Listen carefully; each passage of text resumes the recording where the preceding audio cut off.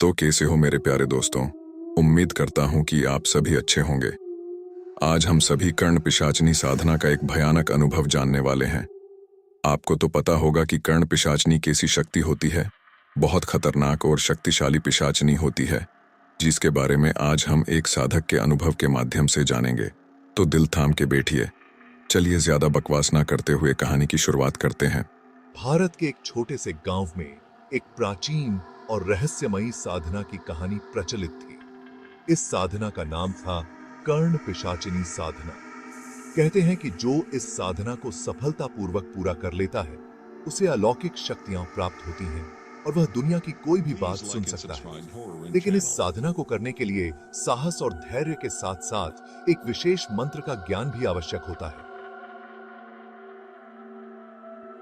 विक्रम, एक युवा शोधकर्ता, हमेशा से ही रहस्यमय चीजों में रुचि रखता था। उसने कर्ण पिशाचिनी साधना के बारे में एक प्राचीन ग्रंथ में पढ़ा था।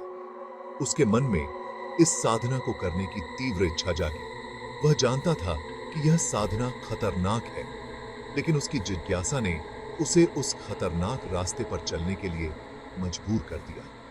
विक्रम ने अपने गांव के एक बूढ़े साधु से इस साधना के बारे में पूछताछ की। साधु ने उसे चेतावनी दी कि यह साधना बहुत ही खतरनाक है और अगर इसमें कोई गलती हो गई तो साधक की मृत्यु सुनिश्चित है।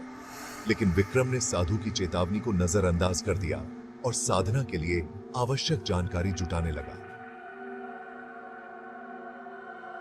विक्रम ने साधना के लिए एक सुनसान और वीरान स्थान चुना। वह जानता था कि साधना की प्रक्रिया में उसे किसी भी प्रकार की बाधा नहीं आनी चाहिए।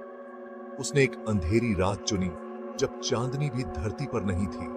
उस रात वह अपने साथ कुछ आवश्यक चीजें लेकर उस सुनसान जगह पर पहुंचा। उसके पास मंत्रों का ग्रंथ, धूप, दीपक और एक विशेष प्रकार का यंत्र था, जिसे कर्ण यंत्र कहा जाता था। साधना का आरंभ। रात के ठीक 12 बजे विक्रम ने साधना आरंभ की। उसने धूप और दीपक जलाए और मंत्रों का उच्चारण करना शुरू किया। धीरे धीरे उसे महसूस हुआ कि आसपास की हवा भारी हो गई है।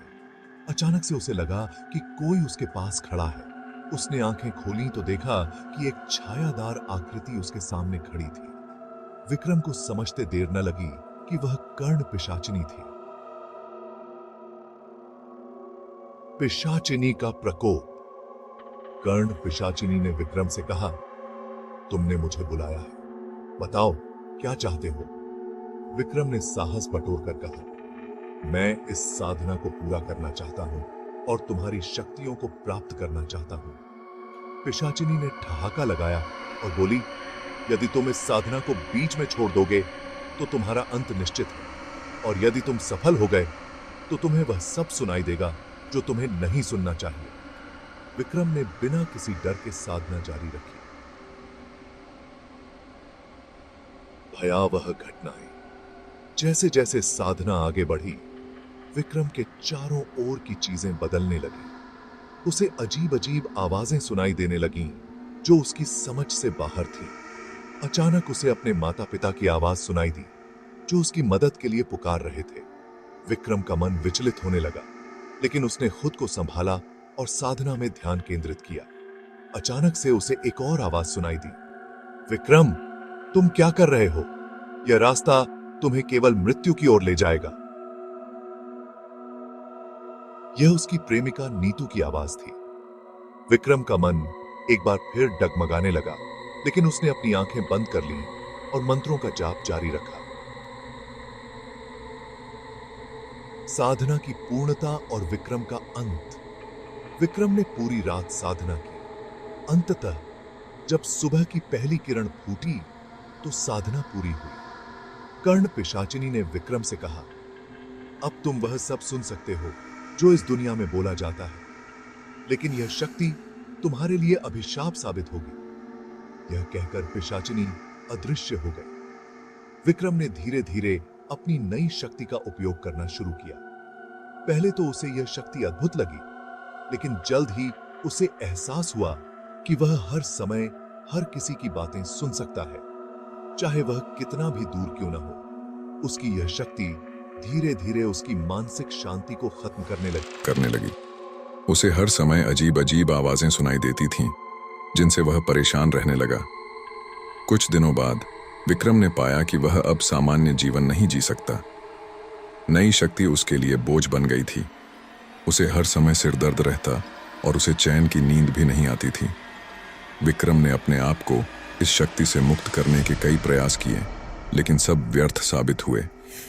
अंत में विक्रम ने निर्णय लिया कि वह अपनी इस शक्ति से छुटकारा पाने के लिए वही साधना दोबारा करेगा और पिशाचिनी से अपनी शक्ति वापस लेने के लिए कहेगा।